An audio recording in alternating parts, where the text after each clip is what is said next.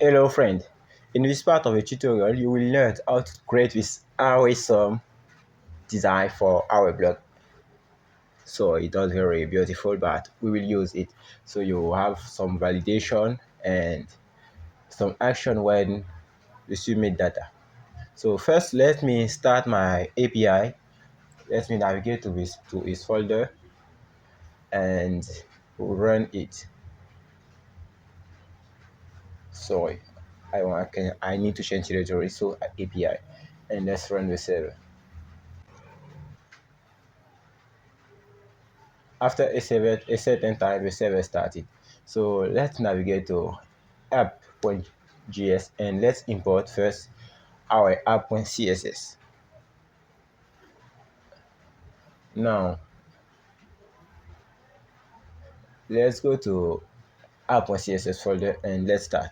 So we make a box sizing for all documents and we add the property border box, and let's target the app. Let's say that it displays a grid, and let's define a grid template row. Let's say tem sync and view 8 auto and gem. So let's add grid template colon, and let's say that we want to have some space to the right, some big space to the center, some little space, and one more space to the right. And let's say that we have a grid template area. Let's imagine that we have some header and we have the main content and the dashboard. So header will take 4 place, and the next I will say we have the main content and the sidebar. Okay, let's target the main. Let's say that its grid area is the main. Let me add some comments. We will target next the title. Let's add here title, and let's say section title. We will give it a margin bottom of 5. The font style, the font family of Montserrat, I will use Montserrat. Let's add bold. Let's say that the font size, I want it smaller, bigger, 22 pixel. And let's continue and target the sidebar. The sidebar, we can say that the grid area is the sidebar, and let's add a shadow to our sidebar. So let's write box shadow. We say that 001 em RGBA. Let's define a shadow, and after this let's say that we have a margin left of 25 pixels, and let's add an internal padding of maybe yes. And after this we target the card. We say that if the display of the card is grid,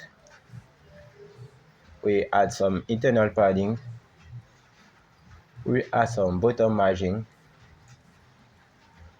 Let's say that we have a box shadow for each card, and let's copy this to pass it. And let's say that we have a font family of Montserrat again, and let's target the card title. And for the title we say that we want to have a margin button to separate the title and the content. And after this let's tag the input, the text area, and the button. We say that we have all of them have a padding of 2.25, and let's say that we have a width of 100%, and let's say that we have a border of 2 pixels solid, and we add this color. After this, let's say that we have a border radius for rounded border, and let's target the text area single. Let's say that you have min 8 off, and let's say that you have a resize of none.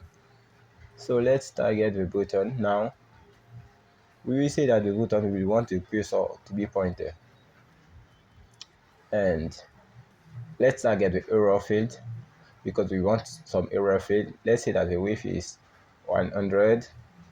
Let's say that we have a border radius 3 pixels. Let's say that we have an internal padding of 5, and let's say that we have a background color of RGBA. Let me use this, and let's say that we target the error text now.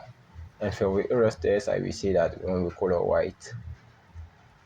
And the font family, I want Montserrat. I use Montserrat everywhere, so I will copy it and going to pass it on the top on the card.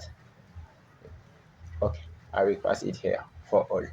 And for all the documents, the font family will be Montserrat. So let's go to C. Let's refresh. Why this don't work? Let's refresh. Let's create a component first. We create a new component. We call it form. Let's create a basic structure. Let me clean this again. I want to remove all unnecessary. delete this, and make a capitalize form here. And what are we going to do? And okay, let's start the form. So we will start by adding the form. No, I why I make so many mistakes today. So let's add a form. Next thing, we will add the on submit function, on submit action, and we will leave it empty now. Let's create a div. Inside this div, we will create a label again. I don't have auto completion. Why? Let's create a label. And for the label, first I will see that is the title. I will create an input. Let's add a type, text. Let's add a placeholder, post title, and let's use duplicate this to create the description part. So here, okay, let's add description and remove the input, change it with the text area. Let's create text area, and here let's add a button first. Let's add a button. We add a button, and the value will be save post. Okay, so on the top I will create a function that I call it handle submit. And let's go to the top. You can create it inside the arrow function. I will move them later. So let's say that is the asynchronous function. You have some event, and for start the event, we will add the prevent default to remove the reload.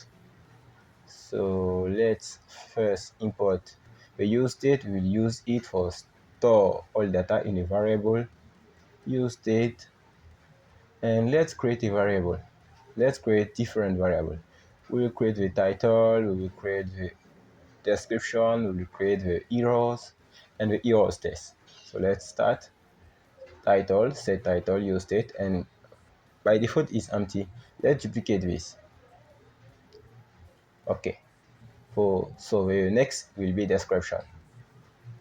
After description, we have the next one will be the error, and the next will be error text, and the last one will be loading to know if our app is loading or not. So the loading will be by default to false, and let's associate our input to the variable. But first, let's define some condition to show the error. So we say if the error is true, display the error text in a div which have a class name of error text, error field. We already defined this style in app.css.